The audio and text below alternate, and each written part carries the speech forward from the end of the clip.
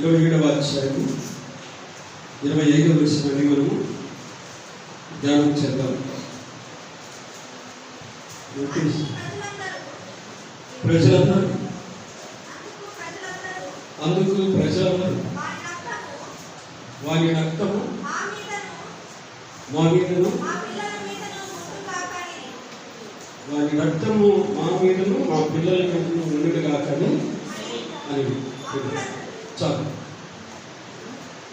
వీళ్ళ ఇక్కడ అందరూ కలిసినట్టుగా ఏమంటున్నారంటే యేసయ్య రక్తము ఈ యొక్క అపరాధం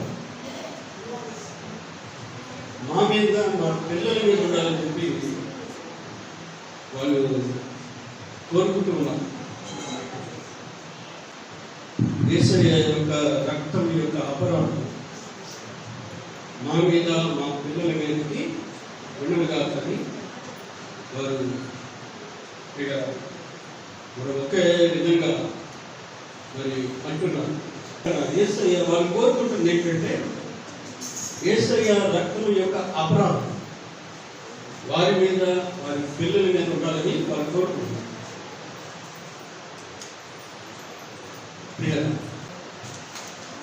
ఆ యొక్క తీవ్రత ఈరోజు మన సంఘంలో ఎవరు కూడా గ్రహించకపోవడం వలన యేసు ప్రభు యొక్క రక్తాపరాధంతో మన సంఘంలో అందరూ కూడా కొనసాగుతున్నారు. చేతి మీద దేవుడు దానివల్ల ఏమవుతుందో తెలుసా, ప్రభువైన యేసు క్రీస్తు యొక్క రక్తం యొక్క అపరాధంతో నువ్వు నడవగలిగినప్పుడు నీ జీవితం ఏం జరుగుతుందో తెలుసా, నువ్వు దేవుడు రాజ్యానికి వెళ్ళవు, నిత్య నరకానికి వెళ్తావు. చేతులు అమ్మా, దేవుడు రాజ్యానికి వెళ్తామా నరకానికి వెళ్ళటం మంచిదా? మరి వెళ్ళాలంటే దేవుడు రాజ్యానికి వెళ్ళాలంటే ప్రభువైన యేసు క్రీస్తు యొక్క రక్తాపరాధంతో కాదు మనం వెళ్ళాల్సింది, రక్తంలో కడగబడాలి. ప్రభువైన యేసు క్రీస్తు వారు పాపులమైన మన కోసం దారిపోసినటువంటి ఆ పవిత్ర రక్తంలో వీళ్ళ ఎవరినైనా ఈ లోకంలో మోసం చేయొచ్చు, కానీ ప్రభు యొక్క రక్తాన్ని మనం ఎంత మాత్రం కూడా మోసం చేయదు. నువ్వు ఎప్పుడైతే నీ పాపాలను ఒప్పుకుంటావో వాటిని విడిచిపెడతావో అప్పుడు మాత్రమే యేసు ప్రభు యొక్క రక్తము నీ ప్రతి పాపమును కడిగి నిన్ను పవిత్రపరిచి నేను దేవుని రాజ్యానికి అర్హతనిస్తుంది.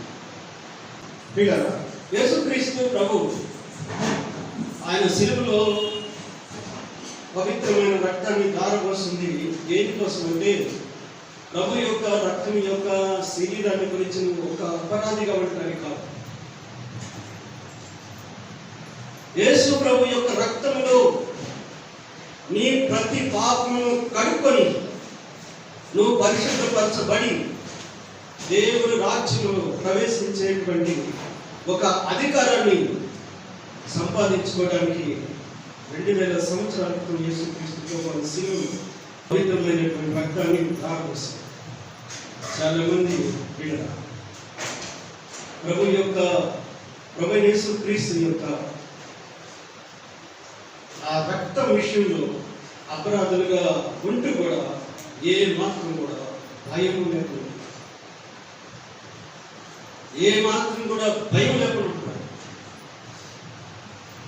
నువ్వు ఈ లోకంలో ప్రయాసపడవలసింది అంటూ ఏంటి అంటే ప్రభు కోసం. ఆ ప్రభు కోసం పడినటువంటి ప్రయాసం మాత్రమే మన వ్యక్తిగత జీవితంలో వ్యర్థం కాకుండా చేతులు ప్రభువైన యేసుక్రీస్తు యొక్క పవిత్ర రక్తము యొక్క అపరాధంతో ఈరోజు మన సంఘంలో అందరూ నడుస్తున్నారు.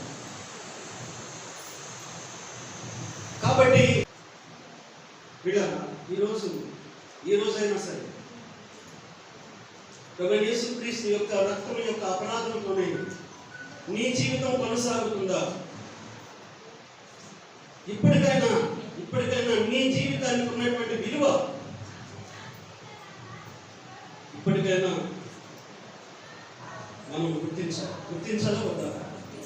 ప్రభు అయిన యేసుక్రీస్తు యొక్క రక్తము యొక్క అపరాధం వారి మీద, వారి పిల్లల మీద కావాలని అంటిపెట్టారు. ఈరోజు మన సంఘంలో కూడా అందరూ కూడా కావాలని అట్టి పెట్టుకుంటూనే ఉన్నారు. అందువల్ల దేవుని రాజ్యానికి వెళ్ళాల్సిన నీవు దేవుని రాజ్యానికి వెళ్ళక నిత్య నరకానికి గురి అయ్యేటువంటి పరిస్థితి. కాబట్టి మనం చేసే పని విషయంలో, దేవుని విషయానికి వచ్చేసరికి మనం చేసే పని విషయంలో మనం ఎప్పటికీ కూడా సాటిస్ఫై అవ్వకూడదు, తృప్తి చెందకూడదు.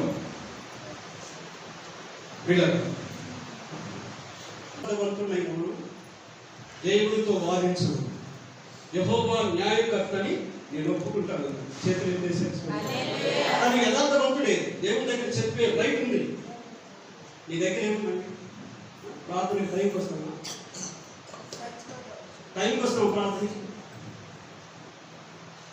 వీళ్ళరా ఒక యేసుక్రీస్తు ప్రభువు మాత్రము వీళ్ళరా దేవుని దగ్గర చెప్పగలిగినటువంటి ఒక అధికారం యేసుక్రీస్తు ప్రభు దగ్గర మాత్రమే.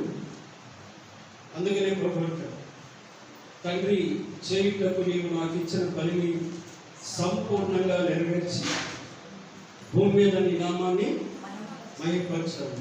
లోకం పుట్టినది మొదలుకు నీ యొక్క ఏ మహిమ అయితే ఉందో ఆ మహిమను తీసుకోవాలి. చేతులు తీసుకొస్తుంది.